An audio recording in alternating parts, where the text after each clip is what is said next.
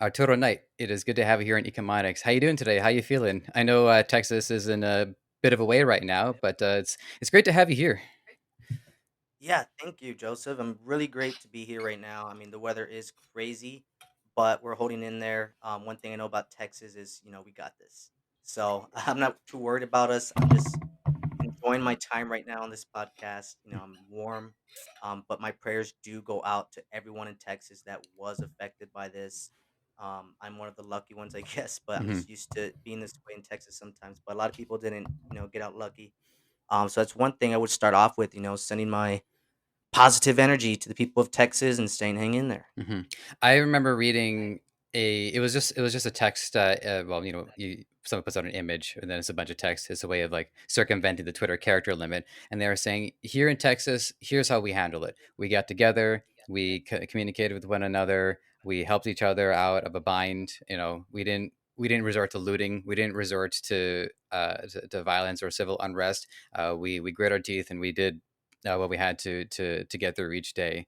And that I think really speaks to the resilience of the Texan people. I myself, I consider myself like a closet American. I look forward to hopefully, fingers crossed, someday being among them. And Texas is like one of the most appealing parts of the whole country for me personally. Awesome. Yeah, you definitely got to come visit. I mean, the great thing about Texas is we're all about respect. And that's mainly one thing you'll see everywhere. I mean, we could have some of the craziest laws here. I mean, every single person you see has a gun. I mean, but you'll never see anyone, fighting with them. I mean, we even have laws here where you could actually battle someone if you want legally. And as long as they agree to it, you won't get arrested. So that's the great thing with Texas. Everyone here is side by side with each other. I mean, we don't really need no government affiliation to kind of help us out. I mean, we took care of this ourselves. I mean, the president himself hasn't even said one word about our state.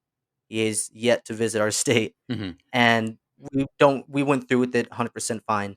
I mean, that's how Texas is. I mean, it's basically a country itself, and it's mainly because the people that are here, and we're very respectful, very, southern, keep to ourselves. And that what you read in that I think it's a meme they call 'em, but Hmm.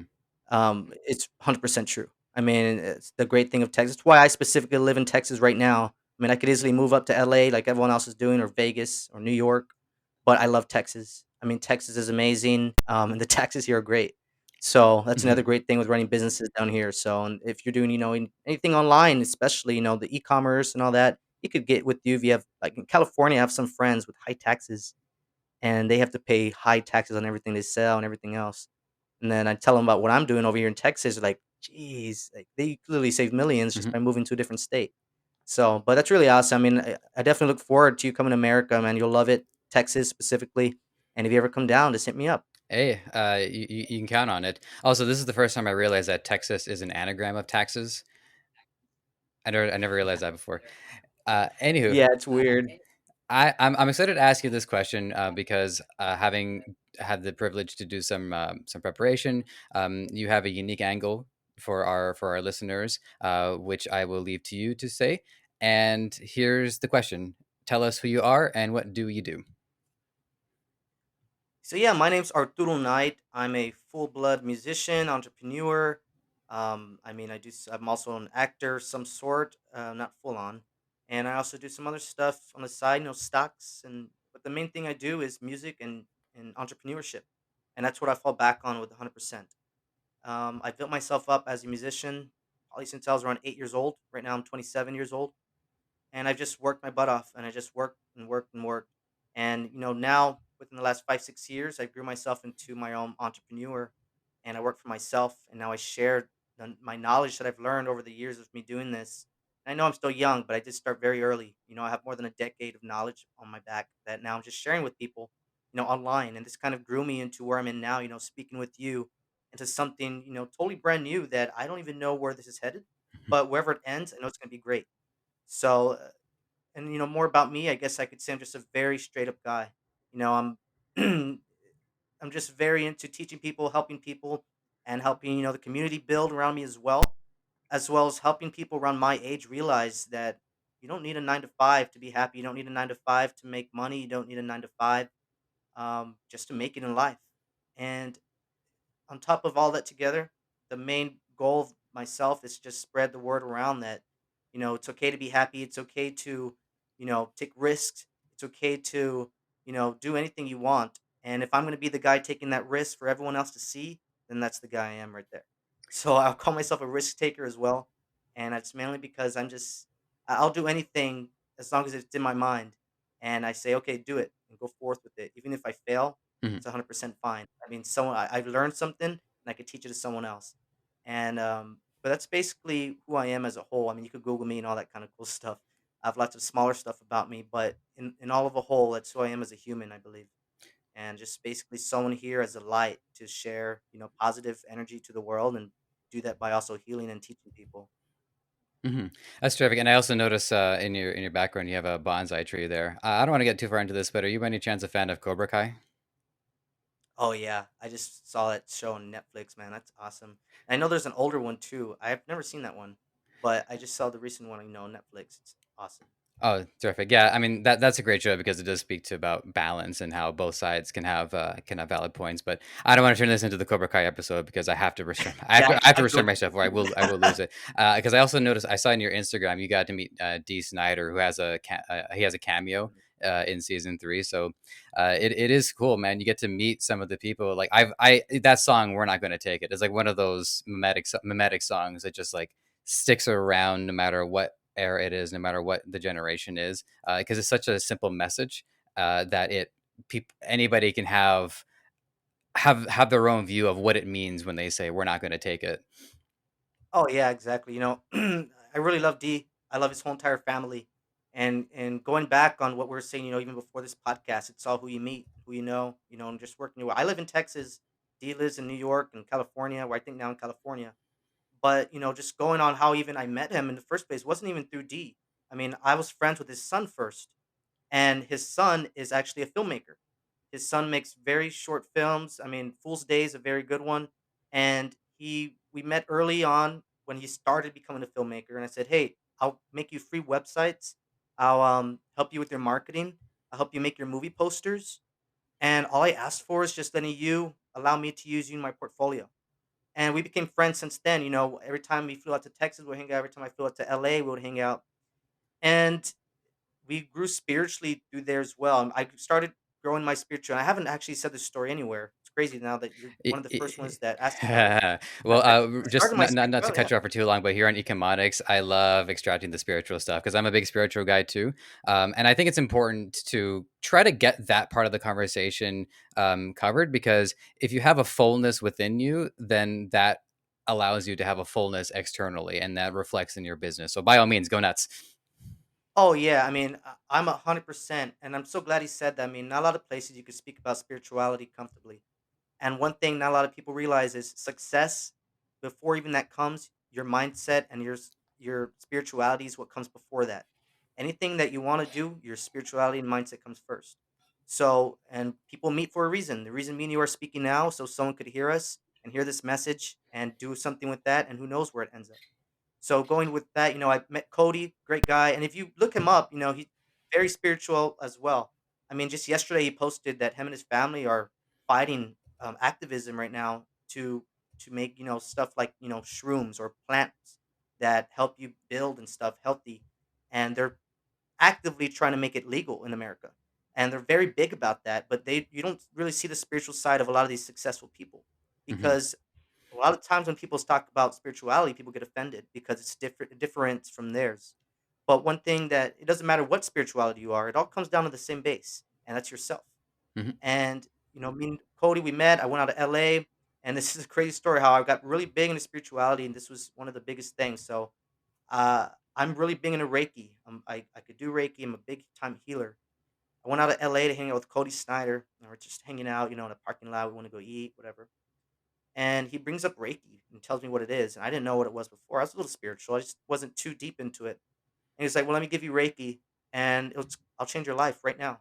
I was like, "Okay, I don't know what it is, but let's go. I trust you." Hmm. So we went to the hotel room. He gave me Reiki, and weird stuff happened. I mean, I specifically felt a knock on my top of my head when he was doing something. I said, "Hey, what was that knock you did in my head?" He's like, "I didn't touch you." So weird stuff like that. But I realized, it was I don't know what it was back then, but it was a life changing experience for me. My eyes basically opened. I was given basically energy, a positive energy that him and his family are very successful. But one thing a lot of successful people don't share is how they get there. Mhm. This he shared with me something very huge that was spirituality. Basically opened my eyes, and I took it from there and grew into something myself. And from there, that's where our friendship started. I mean, we were hanging out in Las Vegas, and he said, "Hey, Art, you want to meet my dad?" And I was a big fan of his dad. I was a fanboy of his dad, Mhm. but I just never said anything because I'm friends with him. So we were in Las Vegas. It was at the Hard Rock Hotel. It was Twisted Sister. It was Excite, and it was a really big show because their drummer had just passed away, and this show was dedicated to him. So a lot of the friends came to support, which means a lot of celebrities. Mhm. And at the end of the show, I was a little out of there. I'd already had a few drinks. Me and Cody were having a good time. And he said, "Hey, you want to meet my dad?" I was like, "Sure." So he walks me to the back. And funny story, when we were walking, Dee's wife caught up with me and Cody. She's like, "Hey, this is my friend Art, this and that. I met her, super nice lady." And we start heading up to go to the room towards D. And they were giving his wife and me problems because we didn't have the stickers for the backstage. And Cody was like, "I'm his son," and then the wife was like, "I'm his wife. Like, I'm Dee's wife. Like, we need to get up there." Like, "I'm sorry, you don't have the credential, whatever." So finally, Cody goes up there by himself, calls a thing up there, and then he comes back down, gives me and his mom both our backstage passes. And I went backstage, and so much success was just in the air. So many successful people were back there. Some people I already knew from performing with before. Some people I was brand new to just meeting. There was DJ Ashba from Guns N' Roses back there. There was Lizzie Hale, she was back there. The drummer from Anthrax, a singer from Anthrax. I mean, there's so many uh, musicians that I could even name. They were all there to support D. They're all there to support Twisted Sister in Vegas, Mhm. and there was little old me there. Meeting all these people, connecting with them for the first time. Some of them, and that's when I met D for the first time. I have that picture that you saw was the first time I met him. It was backstage at a Hard Rock Hotel, and I spoke with them for a little bit. I mean, just it's all great energy. I mean, you could feel people's energy, just how successful they are, the Mhm. positive energy they give off, and that gives something to you. I mean, depending on how you see it, some people, but just from there, I mean, I still speak with Cody and everything. His family's doing great things. Even his dad supports my business endeavors. I mean, one time when I was 16 or 15, I started an energy drink beverage company called Lutz, and D was the first one that wanted to support. I mean, I sent out some energy drinks to his family, and he started posting pictures with my energy drink on his social media. So that started making my energy drink grow. And then I had, the promo as well. I ended up selling that business around 6, 17 years old, 18 years old. But the network, just meeting people, it grew into something much, much bigger. Just like how we met today for the first time. Who knows where this is going to end up in 5 years? Exactly. So And many seeds we'll be in planted. It Vegas drives me someday, like, "Hey, crazy we had to that think. podcast one time." Yeah. And the same thing happened with D. It started with me knowing his son. It went into me getting spiritually very spiritual, getting Reiki, being able to heal people now, all the way to, meeting his family, his dad, and seeing their end divorce to them supporting me back. And there's so many other people in the industry that do the same thing. And it's all just support. It's all, the respect. It's all the networking with people, meeting people, talking to people, and doing stuff that you wouldn't normally do. And the only reason that all of this started is because I had the courage not the courage, I guess, but I had the courage to send a message to Cody Snyder back in, when I was 14 years old. So that one message turned into a whole, friendship that goes around success. And that ideology that he gave me of Reiki and everything about it grew me into where I'm sitting right now. And spirituality takes a big hand in not just everything I've done, but everyone that I've met that is also successful. They all have the same story. They all manifest. Mhm. They all create the reality. They all, you know, meditate. And any spiritual person you meet says the same exact thing, just in a different way. And a lot of people won't speak about it at all. But if you go down the rabbit hole on Google, I mean YouTube, you'll find probably any celebrities speaking about manifestation and maybe sometimes Reiki or making reality. I think it was I forgot what celebrity it was, but a lot of people will remember this story. It's a big YouTube video where he would basically write checks, and he was on the Conan O'Brien show. and this celebrity, I forgot his name, but he would constantly write checks to him. Oh, it was Jim Carrey, I think. I think it was Jim Carrey. Okay. He said he would constantly write checks to himself for I think it was like 10,000 or 50,000, $80,000, whatever it was. Constantly writing checks out to himself. He would collect those checks. And he got his very first movie role, and what he got paid was exactly what he manifested on those checks that he wrote to himself. That was exactly what they offered to pay him. So he basically wrote those checks, manifested it physically, and now look where he's at now. It all started with that one check he wrote. It all started with not even that check he wrote, but the idea that he woke up that morning thinking that I'm going to try today. Even though I don't know what's going to happen, I might look stupid writing these checks for nothing, but I'm going to try to do it. And that's what any successful person starts off with is that one try. Mhm. And then it grows into something bigger and then bigger and bigger and bigger and bigger to where you're basically watching a movie of your own life happen in front of you because you've done so much successful things in your life that now it's basically given to you in a golden platter. And success works that way. It might look to a lot of people that successful people don't work at all. But that's because they worked so hard during their life that now they don't have to. And that's when a lot of people will judge as well, like, "Oh, they don't deserve that. They don't deserve that Grammy." You'll see some artists win Grammys and their face is shut. "Oh, thank you. This is my 12th Grammy." And Mhm. I was like, "Oh, they don't deserve that Grammy." Just like Tom Brady in the Super Bowl. He already has like 8 Super Bowls and he got like a ninth one or an 8 whatever, another one, and people are like, "Oh, he doesn't deserve it." Why not? Mhm. He's good.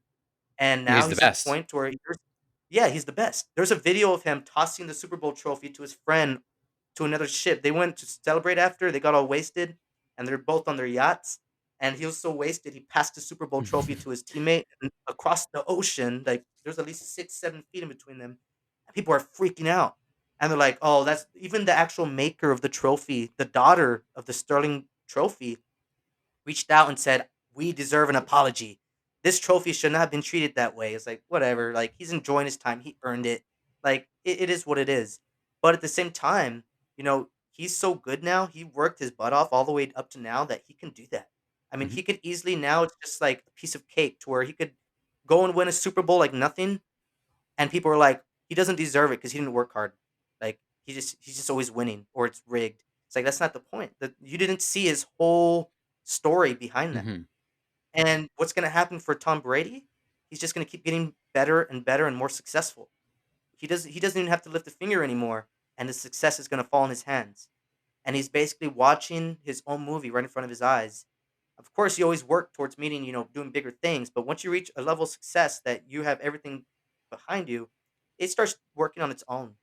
And, for instance, just us speaking today, us working together, worked up, I told you I've used Debutify Mhm. since the beginning of time when I started doing my product stores. That long? And I I've didn't even used realize it was Debutify. that long. Oh, yeah, I've been using it for a long time, and I've been using it for my students. I've been using it because one thing I specialize in is one product stores. That's my Mhm. strategy because it works amazing. And I teach that to my students, and that only works with your theme. So I used this theme for a long time. I used it for my students. I used it for my clients' stores, in different ways, of course. I played with it and the different apps that it has on there and stuff. But that's the one of the main themes that I use. So it was crazy that, well, it wasn't crazy actually when Debutify reached out to me asking to work with me, to make videos. Now we're working together on this podcast, Mhm. and all of that was manifested. I mean, it's there's no easier way to say it. I mean, I didn't even have to look for a contact, for this. I just knew one day, okay, if I just, and even from the beginning working with Debutify, I would never even think, well, maybe one day I'll be in a podcast with these guys. It's just that I worked my butt off to where now I manifested it just by using Debutify, by talking about it, making videos about it. I Mhm. finally was seen by Debutify. And that's one big thing, which is success. I mean, eventually you'll get your time. Everyone gets their time, but everyone has a different realization of what that is. But everyone's gonna have their, like they call it, 15 minutes. Some people have much, much longer. But everyone's gonna have that time. It's just what you do with that time and how you utilize that opportunity to make it into something else. If I was a very hard-headed person, and a lot of people are hard-headed, and like for instance, people say, "Oh, I'm just way too busy. I'm way too busy." When the fact I could see you sitting on a couch like for 3 hours a day is like you're not busy. You just want people to think you're busy. Mhm. And I could have easily said that, "Oh, I don't have time for this podcast." Oh, I don't know, just negative about it. But the fact that, I'm positive about it. I wanna speak with you guys. I wanna work with you guys. This just grows into more and more things. And it's not just with this, but any business endeavor. I mean, now I'm working with the same theme I always was, but now I'm doing it on a more legit level where I'm working with you guys Mhm. rather than, I guess I would say for you guys because I was doing it, but now it's kind of with you guys. And that's one great thing with just building myself, I guess, as an entrepreneur. And it's not just Debutify. I mean, even say Shopify. I mean, I've spoken with Shopify themselves, and none of this stuff I ever thought was possible. Mhm. You never think it's possible because you're in my mindset. Just I'm gonna do whatever I have to do, what I want to do, what my goal is, and as long as I fulfill my goals, everything falls in between. Like Debutify falling in my hand, meeting with you, and all this, it just happens. So it's super amazing.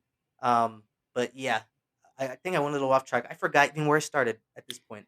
Oh, But it started it's a when I hundred said, percent. "Go nuts," and, you well, in the last 10 minutes, Oh we've just yeah, given you a spirituality. chance I to mean, just, like, I guess yeah, really that's share probably your one of the best because ways. you've been building up, this for quite a while now. You've been a fan of Debut you've known about and working with Debutify longer than I've known about it, by far, probably about, like, Exactly. 4x. So I'm a fanboy.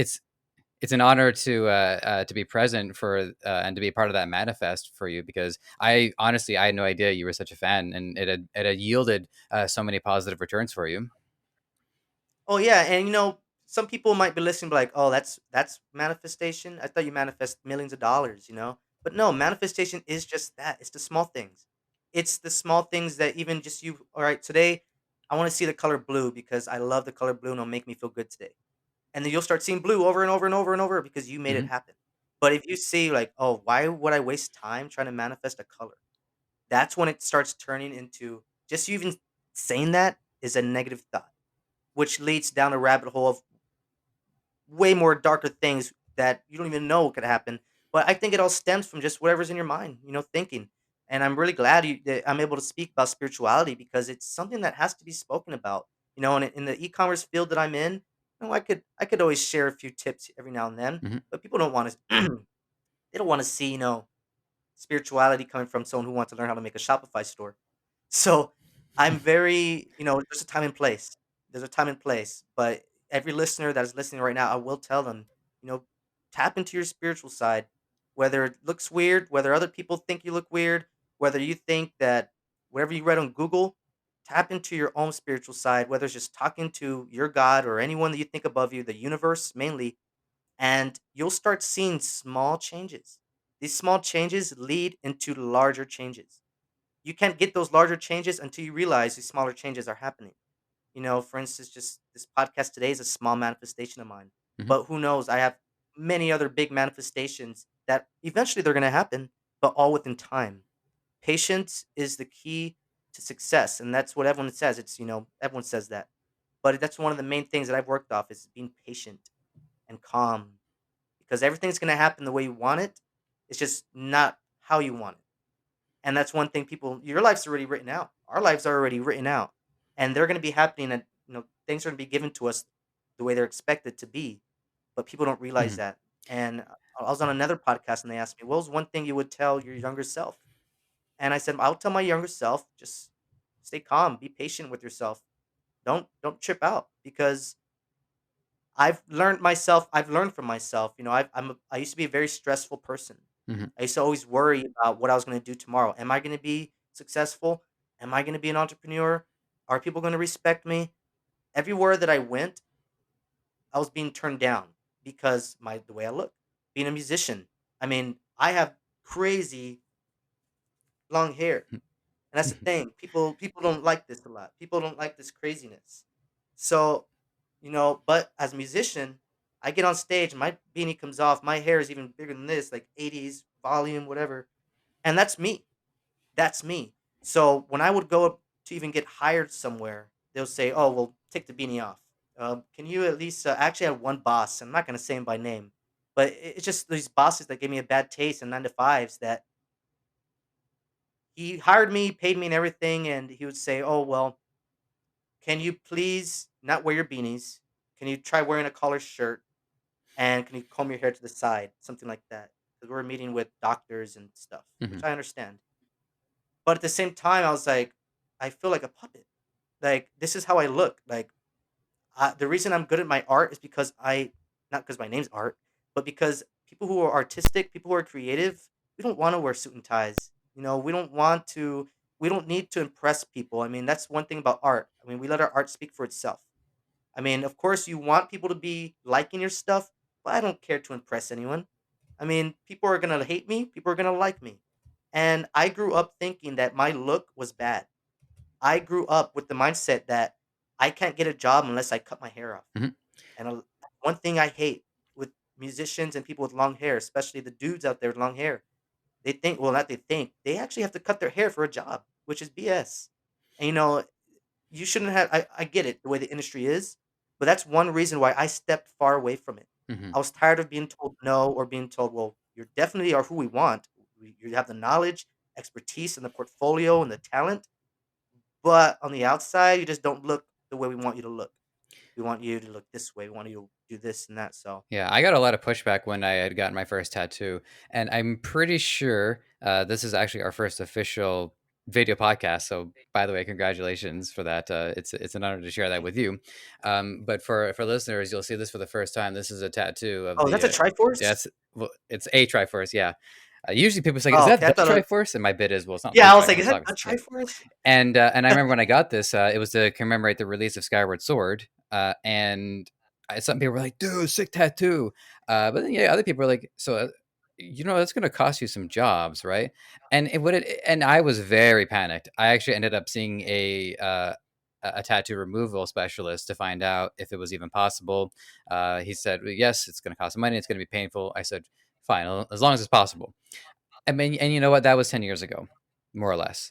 And not only has it not gone on my way, it's done nothing but provide positive outcomes for me because it was something that I manifested. And this is something I never said about tattoos, but when it comes to getting a tattoo, my philosophy on it is that a tattoo is something that it's something that you've had all along, even before it's been inked. So going to a tattoo artist is just paying somebody to reveal it at long last. So for me, my life was I was not going to live my life without the Triforce on my left hand, and that's just one example of how I believe in, like, we manifest and we direct ourselves in the future. And then you made another great point too about, our lives are pre-written, and I think there's a great debate there between free will and predestination, and I found a middle ground between the two that I think most people should find agreeable, which is, say we're all getting together to play Dungeons and Dragons, and the dungeon master has a campaign laid out, it's got the story laid out, has our story written, and we, as the players, choose to divert from that. And the dungeon master heaves a huge sigh and has to start improvising and laying out whatever the alternative path is. So that's kind of like how I view it, is that I think we do have our paths laid out for us in advance, but we still have our free will. And if we want to do things a little bit differently, the universe is flexible enough to Hmm. render the new version of it for us, because maybe we all look back on it and say, well, maybe that was actually the path all along. But yeah, that's kind of like, it's been a hard thing finding a balance between those two, but I think I got it. Thank you, D&D. Yeah, I think you're exactly right there, and that's one thing, that is very true because even speaking from my existence myself, we're not perfect. And I could easily, I did say it, 5 minutes ago. That's exactly what I said. We do have it pre-written, but at the same time, that's the good stuff. The pre-written is kind of already where you what you want, it's there. But I've been in situations where I wasn't the person I wanted to be at in some times, and we've all been there. And I had to get into myself to change that journey for myself and give myself a new road to follow. This new road that I'm following is where I'm at now. And I could have been on another road, which would have been a whole different life, Hmm. which is what you're speaking about. I mean, that could have been a whole different thing, but because I chose to change that street route and go somewhere else, now the universe is catering towards that road I'm on because that's what I want. That's what I'm manifesting. That's what I'm making happen. Hmm. And you're Hmm. exactly right. It is free will, 100%. 100% free will. And it's you on the inside that is definitely changing that. And Hmm. your Triforce tattoo looks so awesome, bro. Nice. I only have 1, 2, 3, 4. I have 5 tattoos. But yeah, I'm kind of trying to forget. I haven't gotten tattoos in a long time, especially with this COVID thing. I mean, Yeah, yeah. I will never let anyone touch me right now. But these tattoos, I got as a musician, and like you said, they were already there. They have meaning behind them. I mean, what some of these tattoos can do for us is not just the way it looks. Like you said, there's a whole meaning behind a lot of tattoos people get, and a lot of people don't understand that, especially a lot of older people. But there's meaning behind these tattoos that, when you're in a situation, and you already see this when you're getting the tattoo when you want it. When you are in a specific situation, you can look at that tattoo, and the exact message that you carry on that tattoo is going to go right to your head, and it's going to put you right back where you need to be, or wherever you want to be. And that's the reason I get my tattoos, is for that reason. For one, some of my tattoos is because I don't ever want to forget where I came from. I want to remember, hey, I Mhm. remember when I got that. I remember why I got that and who it was for and the meaning behind it. There's a whole thing, behind it. And if anyone else, of course, just like I saw your Triforce, oh, that's the Zelda Triforce. Mhm. But you're like, no, it's much more behind it. Same thing. I have a tattoo right here, which I don't know. I might want to get it removed. I don't know, but it says the Black Parade, The Black and Parade? yeah, the Black Parade. And there's a band called My Chemical Romance, and when people see this tattoo, they're like, "Oh, so you're just a little emo boy. You like My Chemical Romance?" 'Cause that's what they're kind of labeled as. Mhm. Just a fan. This is an album of theirs, and I got I that with am. the I All do like their American music. Rejects. I just really like their music. Uh, Oh, you yeah. like All American Yeah, I like Rejects? All American Rejects. Yeah. I love All American Rejects. Yeah. They have dude, they have amazing music. Amazing music. Actually, I have a story with All American Rejects. And this actually, not people. There's a picture that you could find on my Instagram, which is there, and my Facebook. I actually had barbecue in the south side of Texas in a backyard of some random person's home with All American Rejects. Yeah, Wow. and I'm trying to put together kind of, it's not really manifested because I never saw that happening, but it was something that was given by the Mhm. universe that has stayed with me till now. I'm a big All American Rejects fan, and the way it happened was our manager owned a very old school car.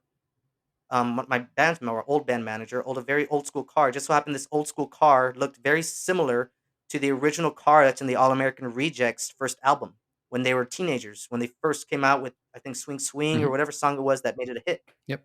Well, they wanted to recreate that album cover now as adults with a car that looks similar to it. So they were on tour in Texas, and they went on Craigslist, and they didn't say who they were. They just said, "We're looking for a car that's similar to this. Willing to pay." So whatever. So our manager reaches out, says, "I have that car. Let's do it." So everything was worked out. They had it scheduled. They went to his house, which he lived in the south side of San Antonio at the time, and very, homey, and whatever. We're big about barbecue too, so we're having a barbecue there. He tells the band, "Hey, come over. Let's get some barbecue. We're gonna do a photo shoot with Mexican Elvis as well, because we have a Mexican Elvis here in Texas or San Antonio, and this guy's very well known." So they had him show up to the photo shoot as well for some silly photos. Well, I said, "Who's coming?" This guy is older. He has no idea who the All American Rejects are. So he said, "This is who's coming." He showed me a picture of them, and it was the freaking All American Rejects. And I was like, "What?" Like, I couldn't put my mind around why. Why is this happening? How am I gonna see my All American Rejects tonight? And how is this? This doesn't make no sense. So it actually happened. They came through. They had a photo shoot in their garage there with Mexican Elvis, and they did the original photo shoot, the All American Rejects photo shoot, and they retook the photo, and that photo is now published. But I was hanging out with the All American Rejects back there, talking about music, and the one thing I remember, Tyson, he specifically was eating. We're eating chicken there, and he's sitting down, and he's telling me, he was like, "Man, there's just something about nobody knowing where we are right now, being in the backyard, eating barbecue." And I was like, "It's exactly why." Because, back then, I wasn't really as much well known with my music as I am now, Mhm. but he had no idea who I was. The locals did. But at the same time, I know I related to where he was saying, just me being in this backyard eating barbecue with no one knowing we're here, with people who are giving us the respect as friends and not fans. And he was just saying how amazing it is. So that stuck with me since then. Our managers, well, our ex manager still is in contact with All American Rejects. It's just another contact in the book. But it's crazy how you brought him All American Rejects, because I did, and there's a lot of stories I have, not specific for every artist you're going to throw out there. but I did have Okay, a well, I backyard I'm gonna try barbecue. one So more hey, bro. just for the heck of it. Have you had any, interactions with the interrupters? I have heard of them, but I have not. But Okay, when I do, worth a shot. and I probably will, when I do, I'm gonna give you a call. I'm gonna send you an email and say, "You give this guy a call," and you send him a video to email, and you say, "What's up?" It's a great thing. It's easy to meet these band people once you're a musician because you're always at the same. I mean, I've opened up for some legendary Grammy winners. I've played with Grammy winners. I've opened up for some people you won't even believe. And when backstage, it's not what people think. It's just people hanging out, talking, Mhm, and you network with these people. But the great thing with me is I'm able to network in a different way from other musicians. Because other musicians, oh, great set, bro. Oh, what's on the next track? Oh, when's the next album coming out, mhm. bro? Like that's the usual conversations people have backstage, musician to musician. And a lot of musicians in up here get tired of that. I mean, Yeah, we yeah. talk about it every day. It's great. We love it. But at the same time, it could get there. But I have a little difference when I speak to people, it's so what are you doing with your business? How are you making money? How's your t-shirt collection going? How are your sales going? How's this going? And I notice a lot of entrepreneurs that are doing stuff like that. I have a friend of mine named DJ Ashba. He's out of Vegas. He's the guitarist for Guns N' Roses, 6 a.m. Great guy. And he also has a clothing shop in Las Vegas. Well, I went out to Vegas one time. I had also seen Guns N' Roses about 2 months previous, but I went to Vegas to go party and this and that. I ended up going to the Stratosphere and I saw this really cool shop. It said Ashba. I was like, Ashba? That sounds very familiar. And I went in. They had beanies. They had cross shirts and really awesome T-shirts. Actually, one T-shirt as one of my profile pictures. One of his T-shirts it said "Not today, Satan." Mhm, And that's all it said, "Not today, Satan." So I bought it, whatever, just share around some positivity, whatever. Well, I ended up seeing Ashba there in the back. I was like, "Oh, what's up, bro?" And he didn't know who I was, but he took the time to speak with me. And just us speaking there, I told him, I didn't speak about his music, anything like that. I told him, "This store is amazing. How are your online sales? Like, how's it going?" And he said, "Well, I'm not doing too well with online sales, but I have this store here in Vegas, and I'm also starting a water company where I'm going to be selling water, branded water, basically, and called Asheville Water." So I was like, "Man, that's awesome." So I gave him some of my tips. I said, "Well, if we can do an online store, you know, don't try to market your products, market yourself. You're the mhm, selling point with your brand, Ashba. I mean, of course, you're going to get every now and then people just liking the design, but you being out there as a brand is most important." And I gave him the good old Gary V type talk, and he listened. That was the last time we talked. Well, technically not. Well, I left Vegas, bought his stuff, brought his bag back. A month later, I get a phone call from Vegas, and it's a girl, and she says, Arturo, is this Arturo?" I was like, "Yes." She's like, "I have DJ Ashba on the line, and he wants to talk with you. So, you open?" I was like, "Let's go." So she puts Ashba on the line, and DJ's like, "Yo, Art, how you doing? This and that." He's like, "Remember we met, like 2 months ago, Vegas, this and that." I was still, trying to comprehend for one who I'm speaking to. I mean, the freaking guy toured with Guns N' Roses. He mhm, replaced Slash. I mean, he also has 6 a.m. with Nikki Six from Motley Crue. He has very successful, clothing line in Vegas. Super awesome guy. So I'm like, okay, get your stuff together. Who cares? Let's talk business. He was like, "I'm calling you because I need help with my website.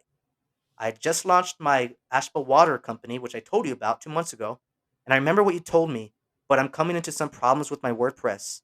So we were on the phone for 3.5 hours trying to figure out what was wrong with his WordPress site. And it all came down to just some options that was off. And I was able to help him. I was able to, speak with him and everything. I have yet to speak to Ashba ever since. And it's been around 4 years, 3 years maybe. But this goes into, I probably manifested it when I saw him live. Like, man, I want to meet that guy one day. And I mhm, probably did do that. But when I met him, he became now someone in my network that I could give a call to at any time now. I could send an email if I need something or connect with someone else that needs to speak with him. And that's where my network grew. It's growing and growing and growing just from simply just speaking with people and just being nice with people mhm, and not being a fanboy, basically. Because we're all the same. Everyone, even to Beyonce, to you, to me, all of us, we're all the same. The only difference is we're seen more than other people. Mhm. That's what celebrities are, of course. We're all the same people, same thing. So with people in the field, and here's one tip I would give to listeners is if you're ever approaching anyone that is successful, even mildly successful, the last thing they want to hear is stuff that sounds like fanny, Mhm. like, "Oh, I'm your biggest fan. You're my biggest inspiration." And of course, it's great in the industry to give people these ups. And anywhere you go, it's great to give people these compliments. But I'm straight up speaking from the behind the backstage. If you really want to speak with someone, you just got to be normal with them.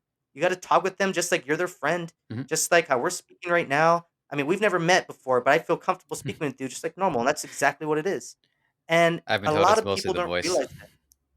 Yeah, it's the Yeah. soothing voice. Yeah. It's the gravel. But I mean, that's just how it is. I mean, the more you'll see that you're just nice with people, it works. To where you, even if I didn't have no intentions to work with Ashba, my intentions was to just help him. Like straight up, just help him, give him some great advice because I have experience in e-commerce, he doesn't. This guy's a freaking rock star with Guns N' Roses. I don't have that experience yet, but I have some experience, but I'm a pro in e-com and I can give you what I know there. And that's where the knowledge sharing. A lot of people that are successful love knowledge. Knowledge makes the world go round.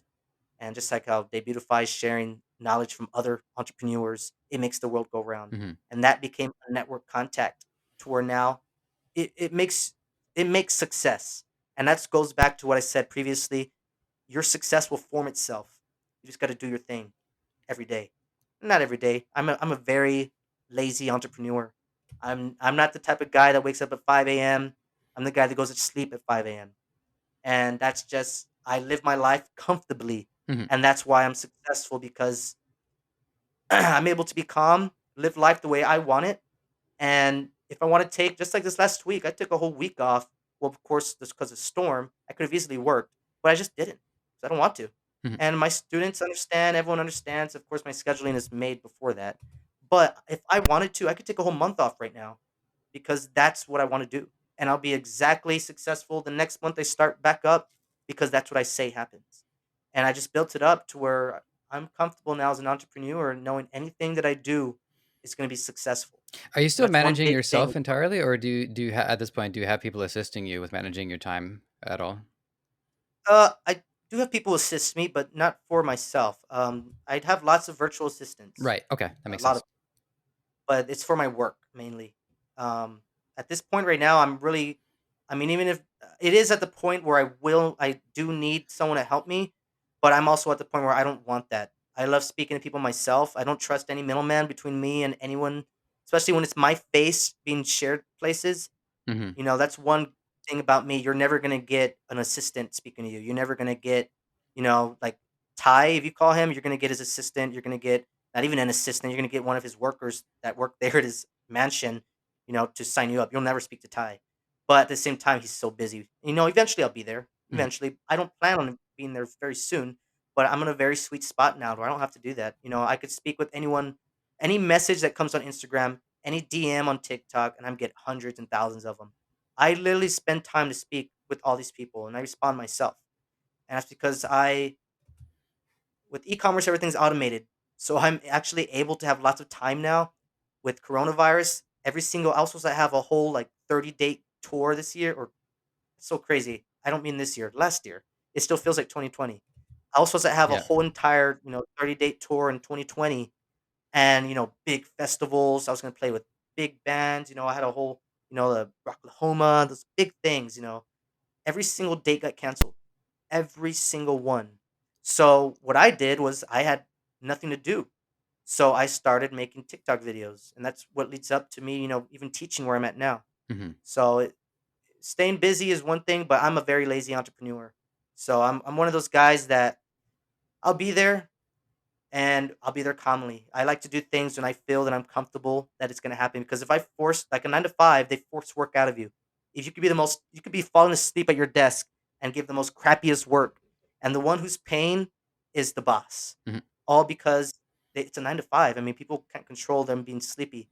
But me being the boss of myself, I already know, especially being in the arts, being a creative.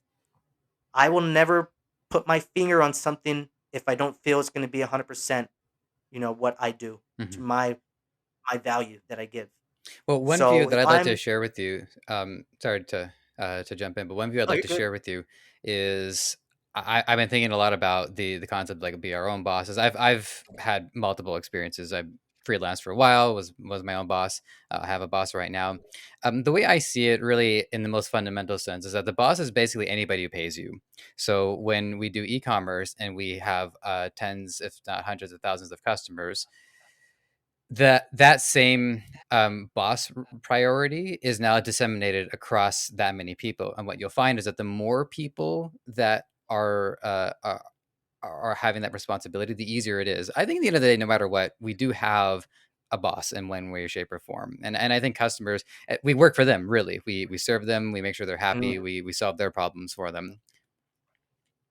yeah, you're 100% right there. And that is right. In e-commerce, 100% our boss is our customer because we are here not just with our brand, our product, everything we do is for the customer. I mean, 100%. They're the ones who put the bread on the table. Um, Mhm, and not just the customers, but also now with me, students. So you're 100% right on that. And now, I do see it that way. Even though we are the boss of ourselves, we still have to answer to somebody, and that would be the customer. And that is 100% how to stay successful in e-commerce is by having happy customers. mhm, And but at the same time, the great thing with that is you could keep customers happy by hiring someone else to do that. So I have my VAs, I have them answer every single email that comes in for every product I sell daily because people will ask questions, whether they're dumb questions or the most intelligent questions ever, they're going to have them. So I do have my VA responding to those for my stores, specifically my products. If you're speaking with me, it's going to be just straight up me. mhm, But you're 100% right. I mean, I do have people to answer to, and those are my students and my clients and my customers. mhm, And they are the ones that basically will rule you. But at the same time, you do have freedom and that free will to run things the way you want to run it. And that's more behind the scenes, though, because what's in front of the scenes is whatever's going to make money in the industry. I mean, 100%. I'm in the a lot of the stuff I sell is no industry that you would believe that I'm in. I mean, I'm a musician, I grew up in bars and blah blah blah blah. And you look at my appearance, but if I tell you that all my products are basically women products, female products, that's what I do. I mean, one of my products is beeswax food wraps, and that's mhm, for the kitchen. My number one customer is women, based in Italy, actually. And I only market towards women. My customers are women. My content is women, and everything, even my design of my store, which is Debutify, mhm, is based towards women with the colors, the fonts, the branding, the wording. Everything comes down to my customer, which is basically women. I've learned that women buy a lot online, so I've catered towards that. They're my boss. They're the mhm, ones that I have to answer to when something happens wrong with the product. When something goes wrong, I do have to answer to them. And but at the same time, being in control of my own business, I'm able to offer something to people that differs from someone else. I have my beeswax wraps. I'm the first premium wrap. That I also have a fitness store. With leggings and fitness apparel. Everyone does it, but at the same time, people are choosing to buy my product.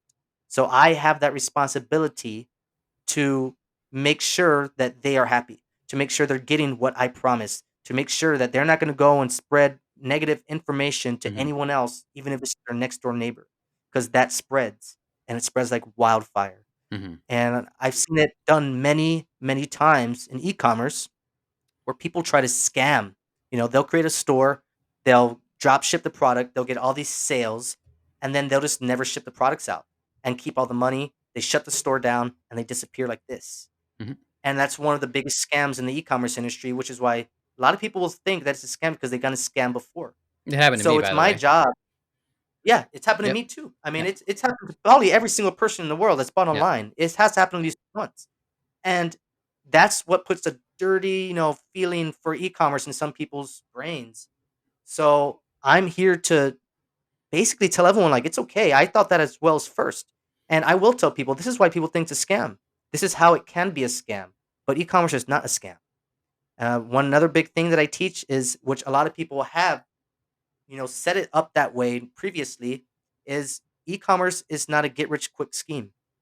I see videos everywhere, how to make $100,000, how to make $10,000 in a day. And one thing that these e-commerce gurus aren't telling the students or the people watching that is that there is actually a 1% chance of you making $10,000 in one day, Mhm. and you have to be the most perfect person at it to make it happen. Can I make it happen? Yes.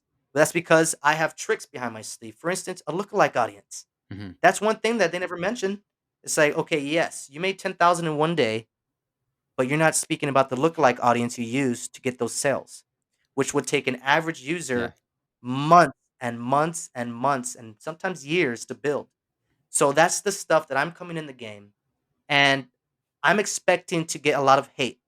I'm used to it. Being in the music industry, I grew up with hate. I grew up a lot of people, especially I'm in the heavy metal industry. I'm in the heavy metal genre, and there's a lot of hate in that genre. A lot of people will call you a poser if you don't sound exactly what they think sounds great, which is Mhm. the if you don't sound like that, you're a poser apparently where I live here. So I literally have fan clubs that are hate clubs that specifically hate on my band. And there was even, memes that went viral at times where people just make fun of my band because when someone's doing something successful, people just want to talk down on it immediately. Mhm.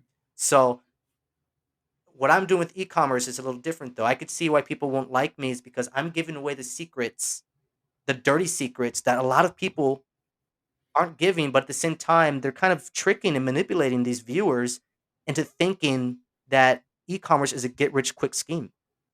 And that kind of affects me in a way, with students that have it, they'll come all the time saying, "Hey, I saw this one video and, don't get me wrong, they work.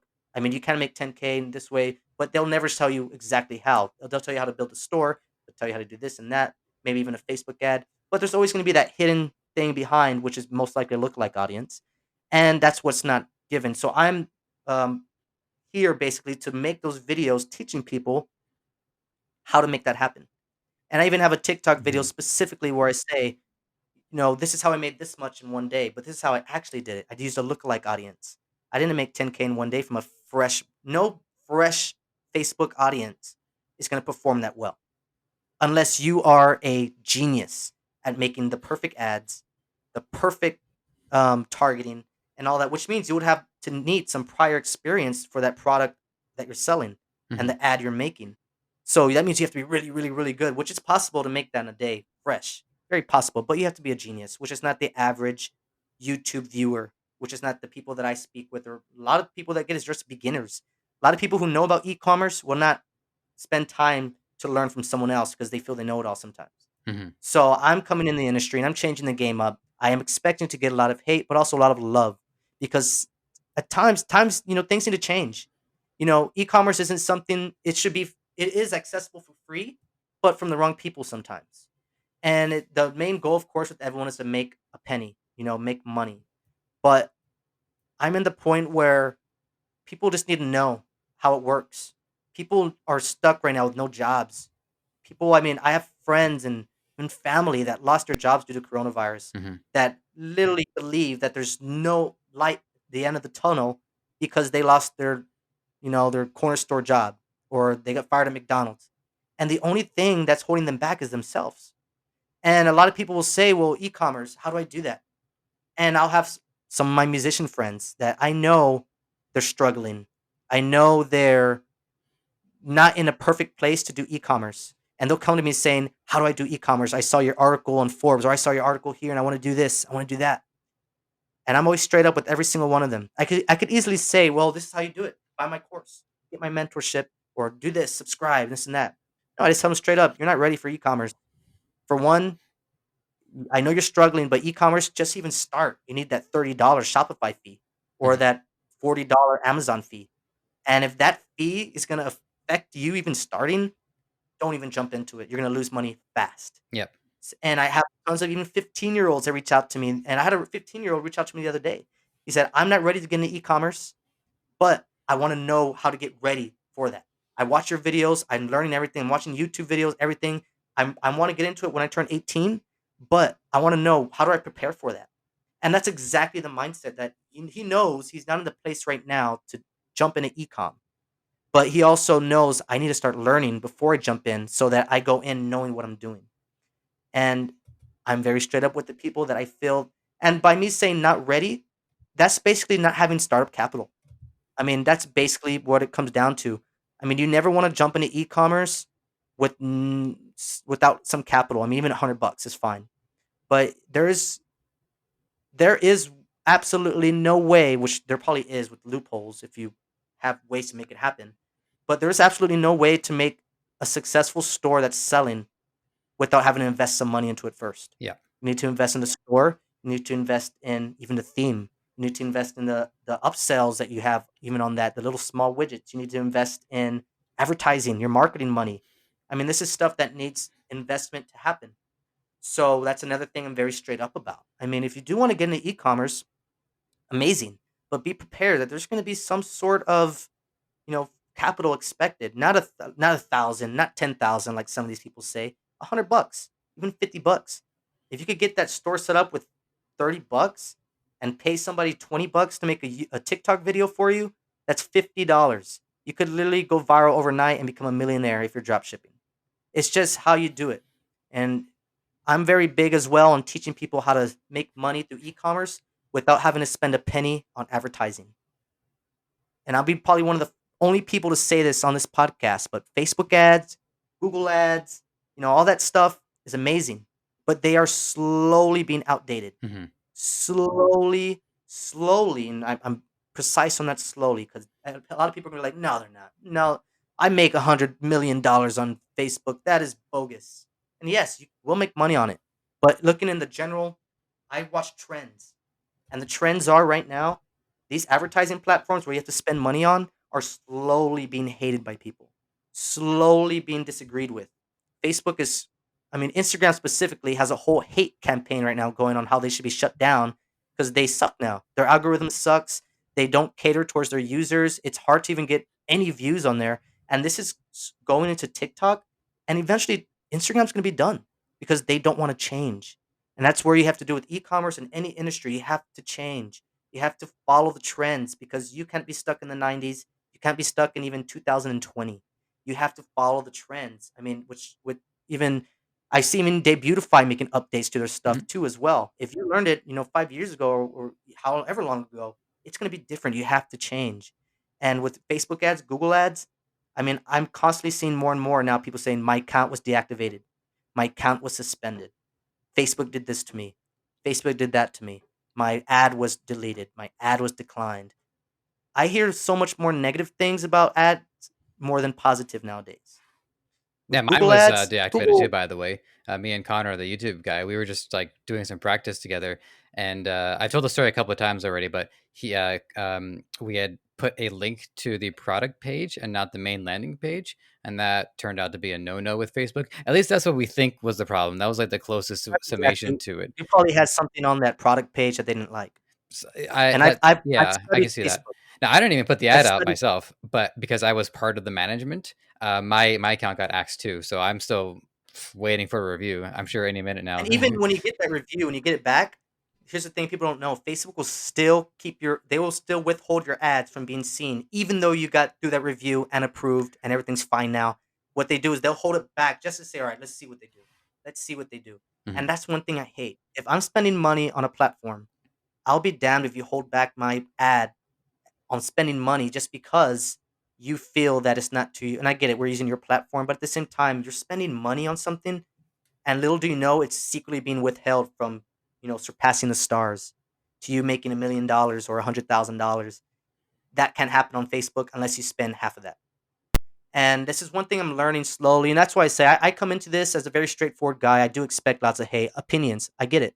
And my opinion is that's what Facebook is headed towards. They're making it very hard for the average seller to use their platform and they're changing constantly, constantly, and constantly changing and taking things off, deleting people. I've studied Facebook for so long. I've learned what they like and they don't like.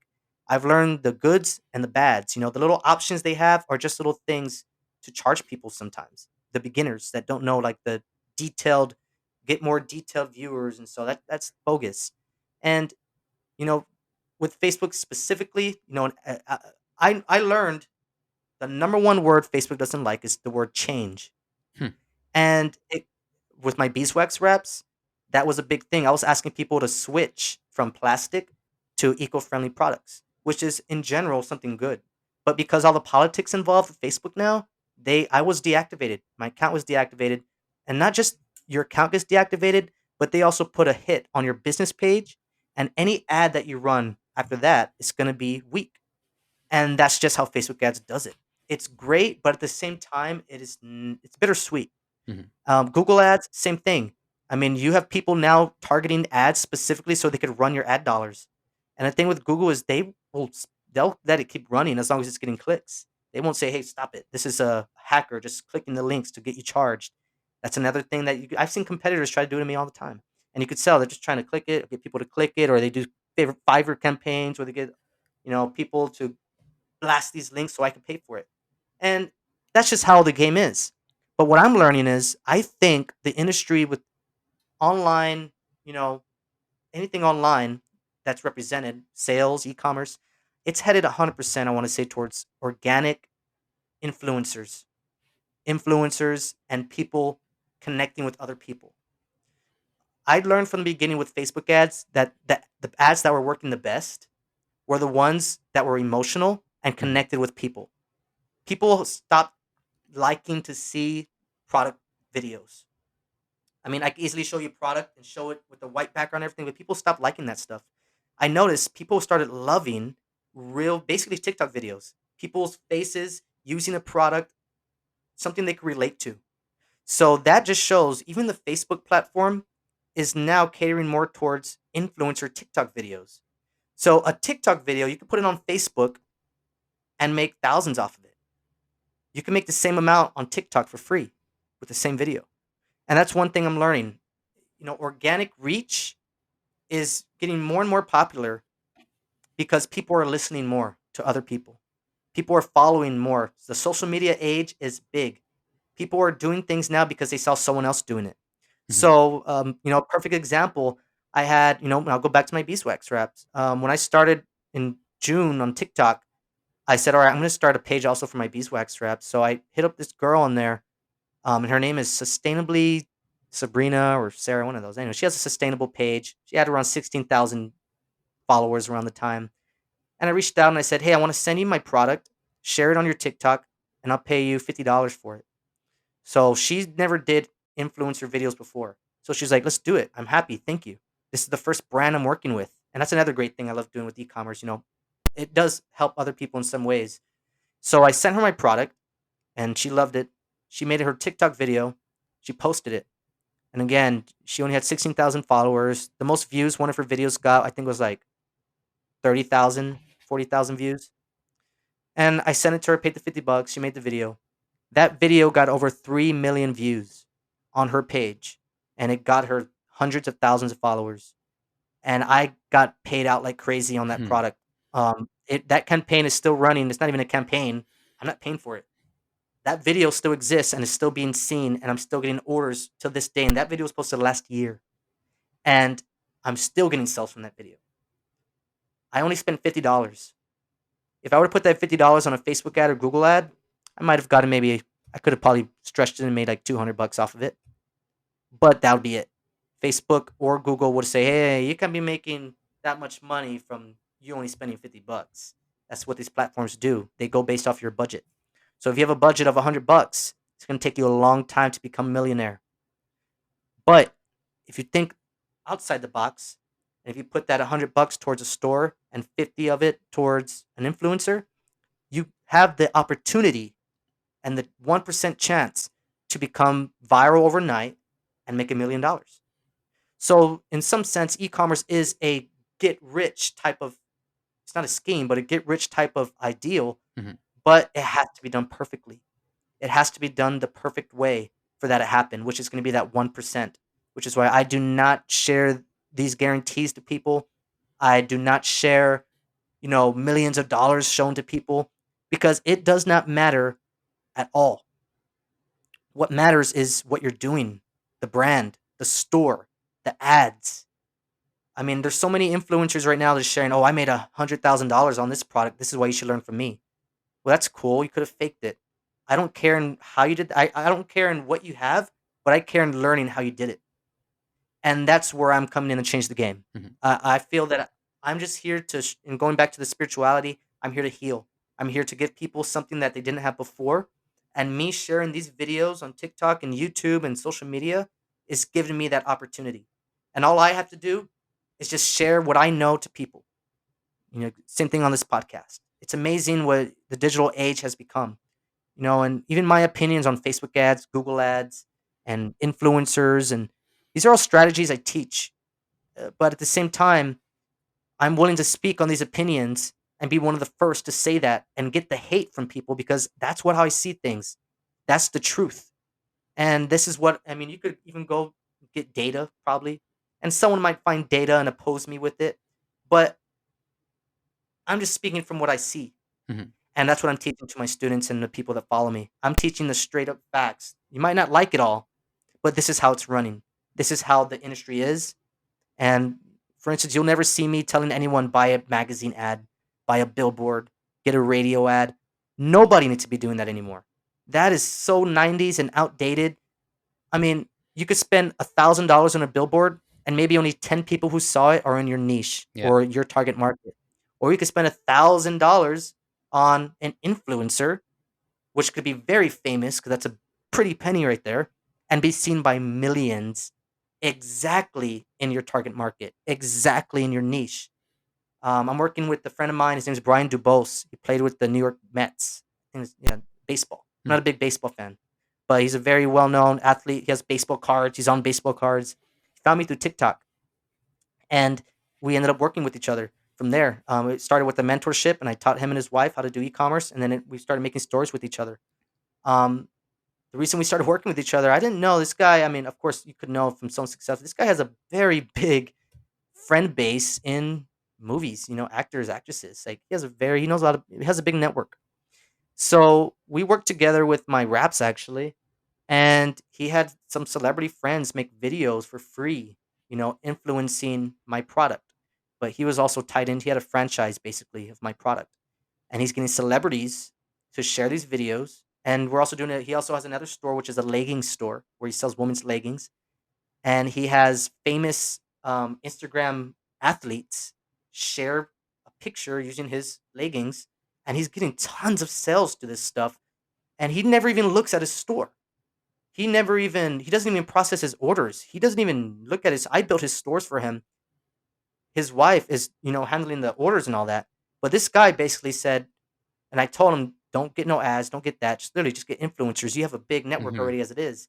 So I built the stores for him. Overnight, he started making money just from having his friends post pictures and videos of his products.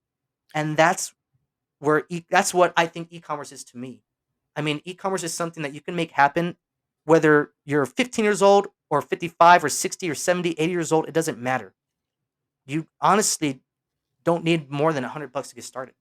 And the I thing that's mean, coming to my you mind could really too, just with influencers, is that it also speaks to the importance and the legitimacy of what you're selling, and the difference between working with another individual, another human being, ties into everything that we've been talking about today. Is meeting with these high-profile musicians who might make you blush, but they're still human beings, and it's just a matter oh of yeah. connecting with them and having a message that is really important. It's something that you mean. Exactly. And I'm learning this. This is all new to me as well because I wasn't I barely become an e-commerce mentor last year in June. And the reason it started was because I was doing very great with my own e-commerce. But then I enjoyed teaching people. It felt amazing. It was Mhm. amazing. So I slowly just started posting more TikToks, and now I'm here today as what you see. And not only that, I mean, I give a big ups to just TikTok itself.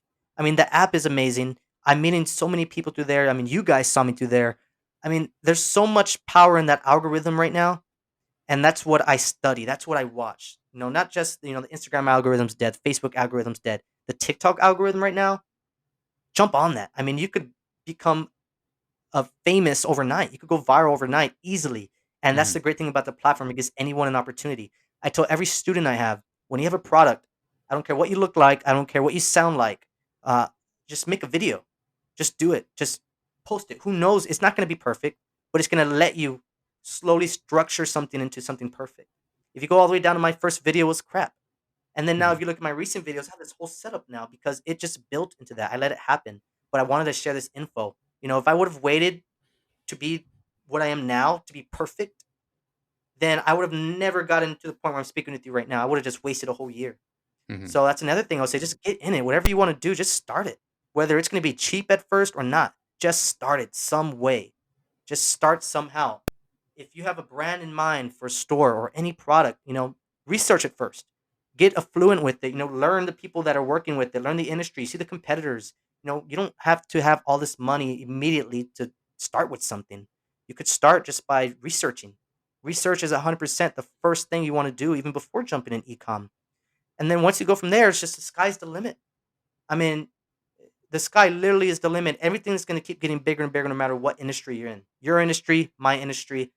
As long as you just do it, you're going to end up in the right place. I mean, and meeting people, networking. I mean, now I know you. Now you know me. Mhm.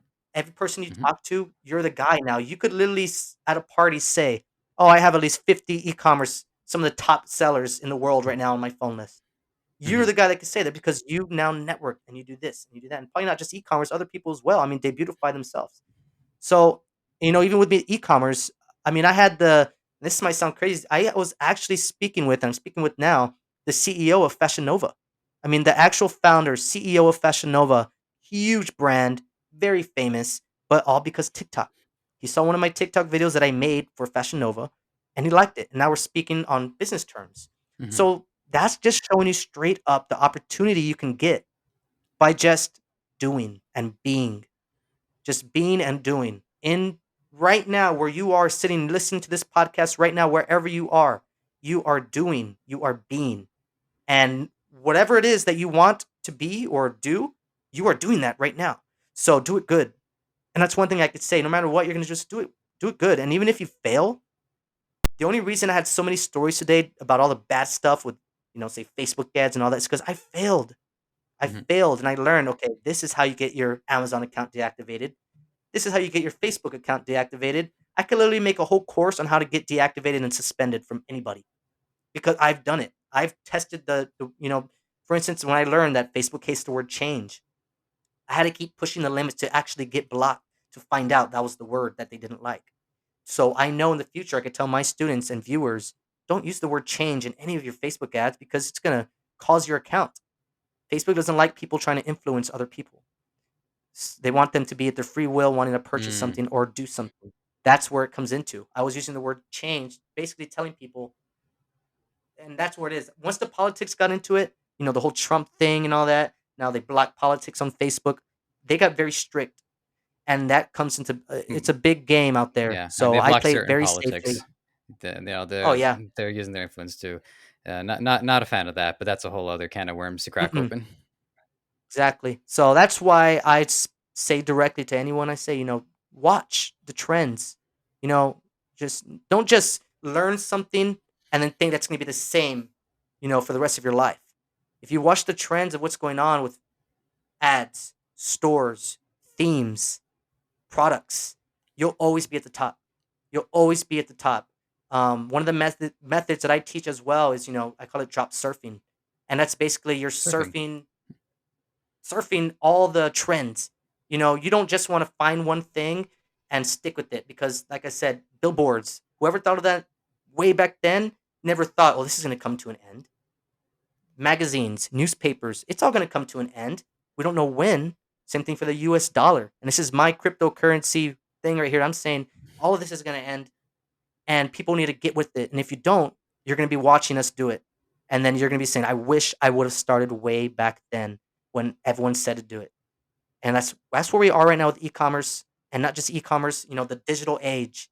Anything digital, including currencies, including anything online is changing. Videos, teaching, education, university, health, Mhm. everything's going online, whether you like it or not. And I tell this to all of my clients as well, both locally, nationwide, worldwide, same exact thing for everybody. Whether you like it or not, the world is changing and going online. So you can either jump on the train and let me help you, or you can watch from the side as slowly and slowly you start saying, well, what is going on? I should have. And that's the thing. A lot of people won't see that, especially the retails, small businesses. They can't see everything that's going online. So we're here with this podcast and the stuff we teach to give these people, hey, get on this. Let's make money together. Let's all become successful. And here are the ways to do it. That's why I'm really glad to be speaking with Debutify because specifically, you know, even without me knowing you, I know you're a reputable company. You're there for the community. This podcast Mhm. shows you're there for the community, which is huge in e-commerce. And it's a great way to work with other people like you, and me to work together to help other people basically achieve their dreams. And that's what we're in this for, helping other people achieve their dreams, period. Fantastic. I'm just like taking a second, just kind of let all this stew in my mind. And at one point that I want to make about the way things are changing is that um, I remember the last time we had something really pivotal. It was September 11th, 2000, I think it was 2001. And Yeah. it, not to diminish the effects of it, but it all happened in one day, basically. And the results of it unfolded uh, in the days after, in the weeks after, in the months after, in the years after. And what we just have gone through is so far is an entire year of of shock where we haven't even really had a chance to fully collect ourselves and understand what is life going to look like down the line. And this is the longest 14 days to flatten the spread that I've ever imagined or fathomed. And so now, as we record this, we're almost like 2/3 through February 2021, and it's still going. So the changes that are coming are so insurmountable. Uh, we really do have to try to keep track of it as best we can, because I don't think anyone's going to see the full big picture. Well, I think some people do, but I don't know if I've got it down pat. Yeah, you're right there because the e-commerce industry is affected a lot by the economy. So it is good to keep up with everything that happens around you because it does affect our industry. I mean, just last year, I mean, there's countless things, but one of the most specific things I remember that affected our industry was Trump. I mean, Hmm. he kept making these executive orders that was affecting the e-commerce industry over and over and over and over and over again. And it even went to the part where I think he wasn't allowing any shipments from China at a time to the United States. Hmm. That's e-commerce. I mean, almost as 90% of e-commerce right there. And then he even went to saying, okay, now we're going to put a taxes on anything that comes in from China. And then he said, okay, now any shipments to China will be so and so or this and that. China's a big, big partner in e-commerce with any e-commerce seller. What was happening in politics and in our world was affecting our industry as a whole. I mean, we had the Chinese suppliers, I mean, losing jobs, losing money, stopping to make their stuff. I mean, I was literally getting charged double what I was paying before during that time, and it was literally only a time period. Like this stuff was only pure politics because it's not there no more. It's done. It was Hmm. just for show, just to prove a point. So these points that our politics are trying to prove are affecting us, our industry. So this whole thing with China did affect our industry hard. We even at a point, I mean, straight up, a lot of us e-commerce people were saying, "Is e-commerce dead? Is drop shipping dead now?" Because, and I know I see videos everywhere. Is drop shipping dead? Is drop shipping dead? And they're all clickbait. Well, this time I actually thought, is drop shipping dead? Because America just blocked Chinese shipments, and that's all drop shipping is from China. There's no Hmm. U.S. suppliers here that are going to charge you anything affordable. They're going to always give they're always going to get their piece of the pie, and that's just how it is. So I literally thought we all thought e-commerce was dead for a while. I mean, we were getting charged more. Um, Even going to the taxes part. I mean, going back in time to where they said what e-commerce taxes used to be that you didn't have to pay taxes. There on any online sales and stuff like that. And then now, I think it was with Wayfair, that because of Wayfair or something, or was a Wayfair versus I forgot who was versus, but basically that made it to where now we have to pay taxes on anything we sell online, and there's nexuses now that thresholds that we have to where I would even have to pay taxes in Vancouver if I sold enough products there, even though we live in different countries. but that's a new tax law that I'm responsible for paying these taxes only because I made a certain amount of sales in your area. So that's a new thing that affected the e-commerce industry as a whole. Because now Mhm. the people, we're making 100K in, say, Spain, or we're making 100K in Italy, or 100K in. I live in Texas right now, so say I was making 100K in DC. Well, now I'm responsible for paying Washington, D.C. taxes, even though I don't live there and never step foot selling these products there, even if it's drop shipped. Mhm. Only because, and it's like 100 or 200K Nexus, but only because for the fact I made sales there. So these executive orders, these laws, the economy, coronavirus, everything affects our industry in e-commerce because it's all online. Yeah. And, coronavirus specifically made e-commerce greater.